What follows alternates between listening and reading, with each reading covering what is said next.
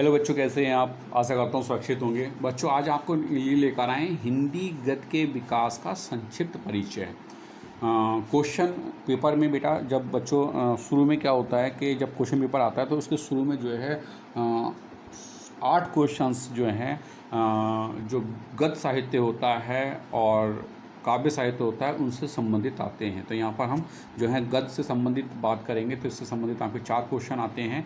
और क्वेश्चन के साथ साथ हमें हिंदी के इतिहास और उसके विकास की भी जानकारी होनी चाहिए कि कैसे कैसे हमारे जो है हिंदी साहित्य का विकास बढ़ा है। तो इसी बिंदु पर आज हम चर्चा करेंगे।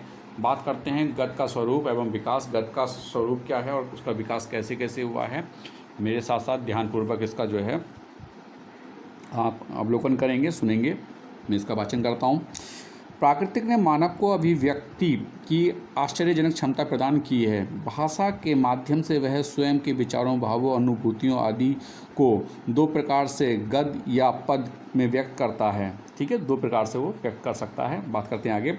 मस्तिष्क और हृदय की न्यूनाधिक क्रियात्मकता के परिणाम स्वरूप ही अभिव्यक्ति के इन 2 रूपों को हम गद्य साहित्य और पद साहित्य कहते हैं। गद्य के माध्यम से अपने भावों और विचारों को सहज और प्राकृतिक रूप में प्रकट किया जा सकता है, और उसका छंदोबद्ध रूप, जिसमें क्रमबद्ध ताल और गति के प्रबंध की कलापूर्ण अभिव्यक्ति रागात्मक मनोभावों के साथ उपस्थित हो, वह पद या काव्य कहलाती है या कहलाता है। ठीक है। गद्य का प्रथम विकास सामान्य बोलचाल की भाषा के रूप में होता है। इतिहास, दर्शन और विभिन्न ज्ञान विज्ञान की अभिव्यक्ति के माध्यम के रूप में जिस भाषा का प्रयोग होता है उसे गद्य की मध्यम स्थिति माना जा सकता है। साहित्य के जिस गद्य रूप का प्रयोग होता है उसे अभिव्यंजना, सौष्ठव आदि की दृष्टि से श्रेष्ठ माना जाता है। लेखकों और कवियों को अपने विचारों, भावों आदि को व्यक्त करने के लिए अपनी भाषा की सृष्टि तथा भाषा शैली भी विकसित करनी पड़ती है, क्योंकि वो उनकी एक अपनी भावों को, मनोभावों को व्यक्त करने के लिए एक अपनी अलग ही जो है भाषा का वो निर्माण करते हैं। भाषा रूपों के विकास की दृष्टि से गद्य के 3 वर्ग उपलब्ध हैं। विज्ञान, सौंदर्य शास्त्र, आलोचना, दर्शन, विधि आदि के लिए विवेचनात्मक, ये हो गया। दूसरा ललित, निबंध, गद्य, गीत, नाटक आदि के लिए भावात्मक, और इतिहास, जीवन यात्रा आदि के लिए वर्णनात्मक। ठीक है। तो अब बात करते हैं हिंदी गद्य का आविर्भाव कब हुआ था, कैसे हुआ था। हिंदी गद्य की उत्पत्ति 19वीं शताब्दी के नवजागरण काल में हुई। उस समय हमारा देश मध्यकालीन रूढ़ियों से मुक्त हो रहा था और पश्चिम से आती हुई नवीन संस्कृति चेतना को अपना रहा था।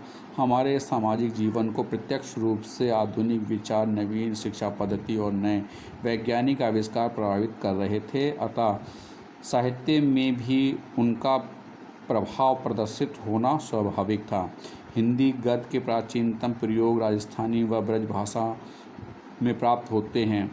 10वीं शताब्दी के दान पात्रों, पट्टे, परवानों, टीकाओं व अनुवाद ग्रंथों में हमें राजस्थानी गद्य की झलक देखने को मिलती है। ब्रज भाषा के गद्य का प्रथम संवत 1400 विक्रमी के लगभग हुआ।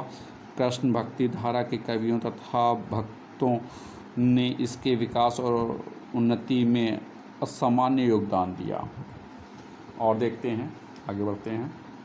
17वीं शताब्दी तक की लिखी हुई रचनाएं गोस्वामी विठलनाथ, श्रृंगार रस मंडन व कुंडमणि शुक्ल के आगहन महात्म्य और वैशाख महात्म्य, गोकुलनाथ के 84 वैष्णव की वार्ता और 252 वैष्णव की वार्ता, नाभादास का अष्टयाम तथा लल्लू लाल कृत माधव विलास आदि विशेष रूप से कथनीय हैं। प्राचीनतम उपलब्ध ग्रंथ ज्योतिषीश्वर ठाकुर कृत वर्णरत्नाकर है तथा गीतिकार विद्यापति ने अपनी 2 गद्य रचनाएं कीर्तिलता तथा कीर्ति पताका द्वारा ज्योतिरीश्वर की गद्य परंपरा में अग्रिम कदम बढ़ाए हैं। तो इस तरह से जो है हिंदी का विकास हुआ।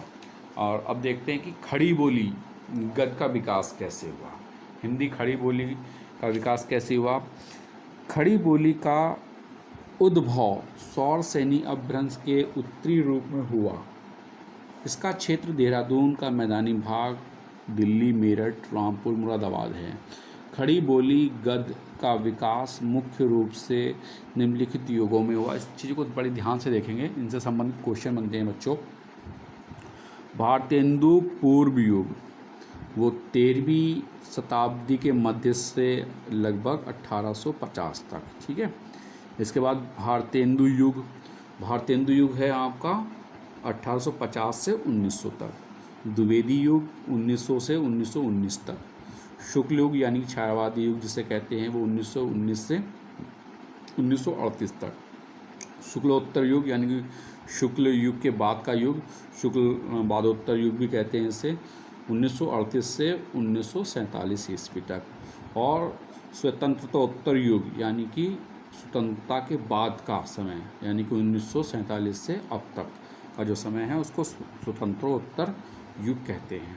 तो यहाँ पर ध्यान देने वाली बात है, पहले तो यहाँ पर प्रश्न बनते हैं, इन प्रश्नों को आप लोग सुन लीजिए कि भारतेंदु पूर्व युग कब से माना जाता है, पहला प्रश्न उसके सामने आप देख के लिखेंगे।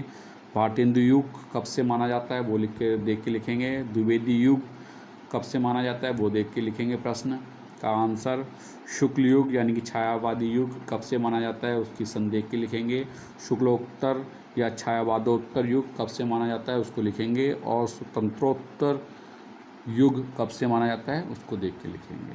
तो बच्चों आज हमने जाना कि गद्य का स्वरूप, हिंदी गद्य का स्वरूप क्या है, हिंदी गद्य का आविर्भाव कैसे हुआ और खड़ी बोली का जो विकास है वो किस तरह से हुआ है। खड़ी बोली जो देहरादून के मैदानी क्षेत्रों, दिल्ली, मेरठ, रामपुर और मुरादाबाद के क्षेत्रों में बोली जाती है। और इनकी यहाँ पर जो है इससे संबंधित कुछ युग हैं, उनके जो है आपको सन बताए गए जिनके आपको प्रश्नोत्तर लिखने हैं। तो बच्चों आज के लिए बस इतना ही। आप अपने कार्य को निरंतर करते रहिए और अपने नोट्स बनाकर चलिए, क्योंकि यही नोट्स जो हैं परीक्षा के लिए बहुत महत्वपूर्ण होंगे। जो आपको पढ़ाया जा रहा है इसी से रिलेटेड आपको जो है प्रश्नोत्तर कार्य दिया जाएगा, इसलिए निरंतर बने रहिए और कार्य को करते रहिए। आज के लिए इतना ही। Have a nice day.